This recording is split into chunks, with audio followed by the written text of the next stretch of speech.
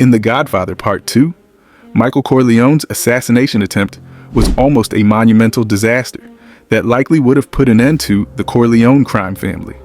And after narrowly escaping this attack, he spends the rest of the film figuring out who was responsible for this attempt on his life and who, within his family, betrayed him.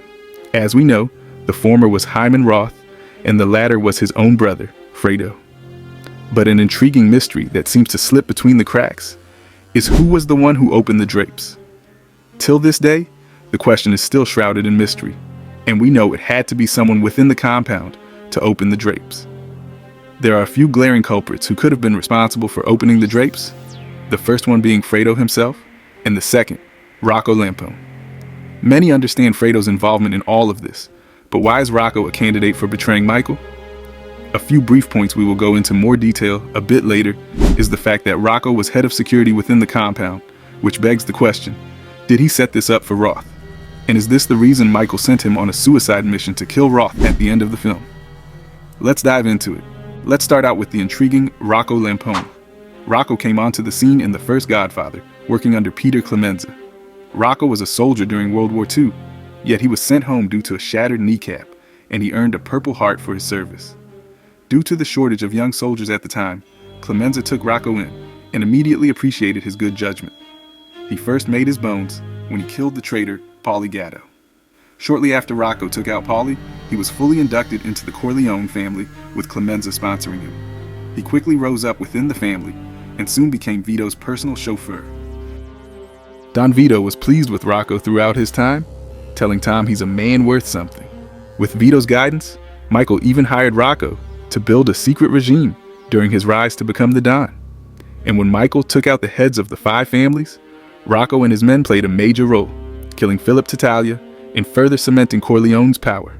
And once Michael becomes Don, he makes Rocco a capo regime along with Al Neri, making up the Corleone hit squad. Along with being a capo, he is also the head of security for the Corleone compound in Lake Tahoe. But this responsibility may have proved to be too much for Rocco. This is a key reason Rocco is a suspect for betraying Michael.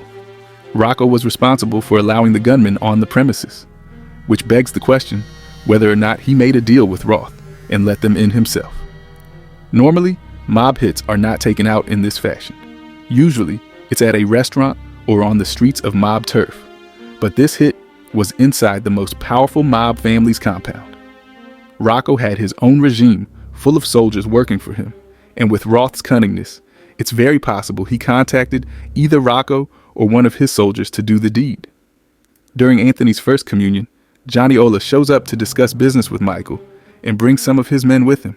Michael says to Rocco, "Why don't you take care of Johnny's men? They look hungry." This may have been the point where Rocco and the men went over the plan to open the drapes and made sure everything would go according to script. With so many people at this party, these men may have disguised themselves as Rocco's men and waited till everyone left to take their shot. Moving on, when Rocco meets with Michael right after all of this goes down, he claims that they're still on the property. Michael tells Rocco to keep them alive, but Rocco says he'll try.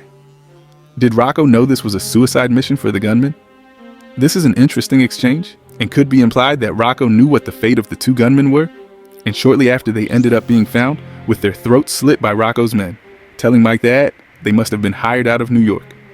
The death of these 2 gunmen is telling, proving someone within the Corleone operations had to have slit their throats. The individual who did this knew that he couldn't shoot them because that would draw attention to them and he'd be caught red-handed. Roth played this beautifully, if we're being honest, and had Michael on heels, but that's beside the point. This intricately planned out attempt on Michael could have been carried out by only a few men, and since Rocco was responsible for the security, it's definitely possible he could have been the one.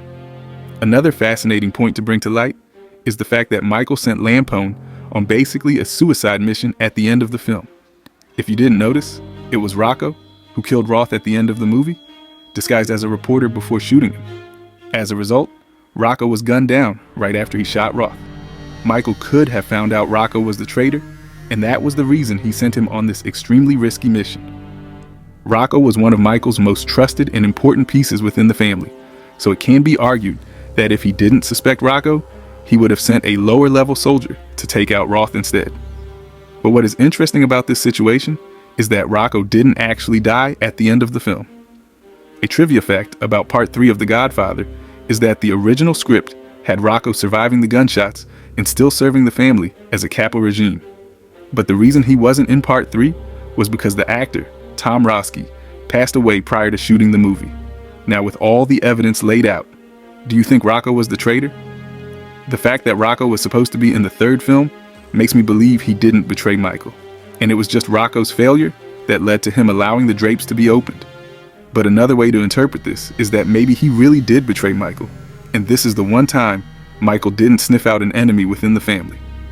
Now, you might be wondering, if Michael didn't think Rocco was responsible for the drapes being opened, why did he send him on this dangerous mission? The best explanation for this is similar to how Michael took out the heads of the 5 families in Part 1. He used all his best men to take out the other Dons. And this is the case here. This was a large task, and he needed a trustworthy established capo like Rocco to complete this mission.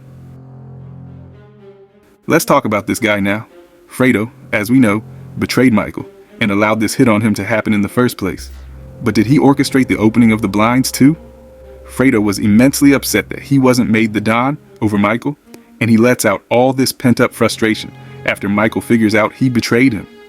Obviously, the motive is there for Fredo to betray Michael, but the question is, did he have the intellectual capability and the heart to open the drapes and carry out this plan? If Fredo were to have opened the drapes, he would have known that this was going to be an assassination attempt on his brother, and I find it hard to believe he would have the heart to actually follow through with this plan, knowing his brother would die. When Fredo speaks to Michael after coming home, he explains to him that he didn't know it was going to be a hit, and that there was something in it for him. The script further reiterates this statement Fredo makes. When Michael asks Hagen to get a hold of Fredo after he fled, the initial script has Tom telling Michael that Fredo thought the plan was going to be a kidnapping, not an assassination. On top of these reasons, there's another glaring point why Fredo isn't likely to have opened the drapes. The fact is, he's flat out incompetent, and Hyman Roth knows this. He had Johnny Ola get in touch with Fredo specifically, because he knows how weak and stupid Fredo is. So if this is the case, then I highly doubt he could trust Fredo with opening the drapes without getting caught, while also successfully slitting the hitman's throat without getting caught. This is a big-brained plan, and Fredo, quite frankly, isn't capable of handling big-brained plans. In the end, the answer to this question can be interpreted in many different ways. Though this is more than likely a plot hole, it's still a fascinating question to ponder on. Who do you think was the traitor who opened the drapes? Comment below which character you think it was, or if you think it's a different character than the ones mentioned in this video. Thanks for watching.